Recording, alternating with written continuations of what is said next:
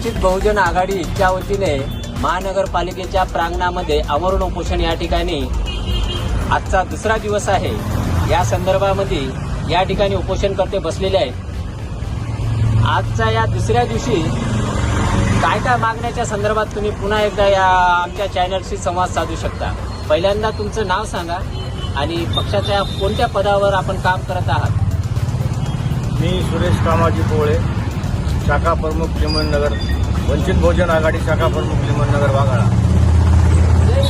लिंबोनीनगर प्रभाग क्रमांक 20 मधील नागरिकांना नेमक्या कोणत्या समस्या भेडसावत आहेत। सर्व भौतिक सुविधा। या समस्या किती वर्षापासून प्रलंबित आहेत। लिंबोनीनगर वसाहती 20-25 वर्षापासून बसलेली आहे। प्रशासनाकडे याबाबत यापूर्वी किती वेळा निवेदन दिले आहे तुम्ही। यापूर्वी 2 वेळा निवेदन दिलेलं आहे प्रशासनाकडे। प्रशासनाकडून नागरिकांना कोणते आश्वासन देण्यात आले होते का काही। तुमची कामे मंजुरीला आहेत, निधी उपलब्धतेनुसार तुमची कामे करण्यात येतील।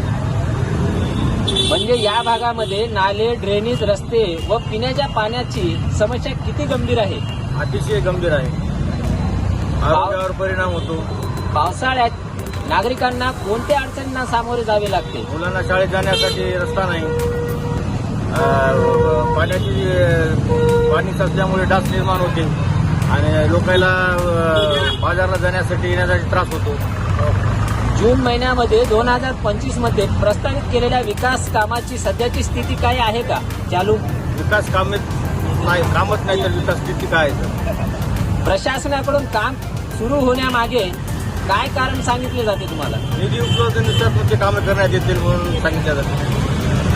महानगरपालिकेच्या अधिकाऱ्यांनी दिलेल्या आश्वासनाची पूर्तता का झाली नाही का आतापर्यंत। अधिकाऱ्यांनाच माहिती विचारलं तर सगळे उडवाउडीची उत्तरे देतात। संबंधित अधिकाऱ्यावर कारवाईची मागणी नेमकी कशामुळे का करण्यात मागणी करत आहात। पाण्याची पाईपलाईन जोडण्याच्या नावाखाली 6 महिन्यापासून खोदून ठेवलेली आहे। शाळेत जे मुख्य रस्ता शाळेत जाणारा विद्यार्थ्यासाठी तोच आहे। 2 वेळेस ते मुलं त्या खड्ड्यामध्ये पडले। प्रशासनाला वारंवार विचारूनही बाबा कामं करतात तर आज करतो, उद्या करतो, परवा करतो, आणखी ते काम झालेलंच नाही। नाला तसाच खोदून ठेवलेला आहे। प्रशासनाची शेवटची बैठक कधी झाली आणि त्यात काय निर्णय निघाला होता का काही। प्रशासनासोबत बैठकच झालेली नाही। आंदोलन करण्याचा निर्णय काय घ्यावा लागला तुम्हाला नेमका।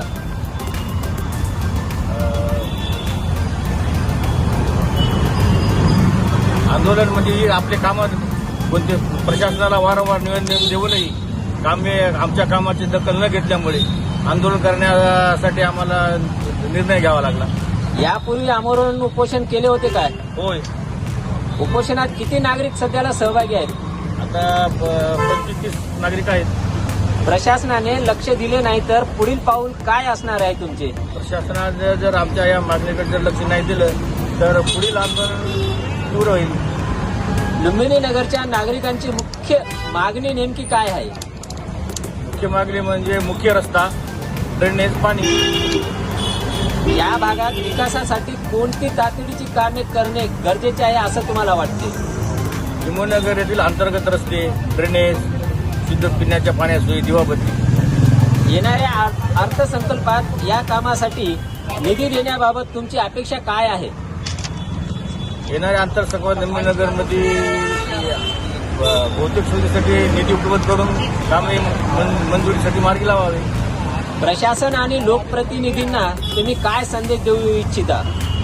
प्रशासन आणि लोकप्रतिनिधींना संदेश तुम्ही या कामामध्ये दखल घेऊन लिंबोनीनगर वासियांच्या जे काही समस्या आता जर नाही सोडवल्या तर लिंबोनीनगर वासियाला मी अशी सांगतो, काही कामं नाही जर झाले तर पुढील आंदोलन तीव्र करावं।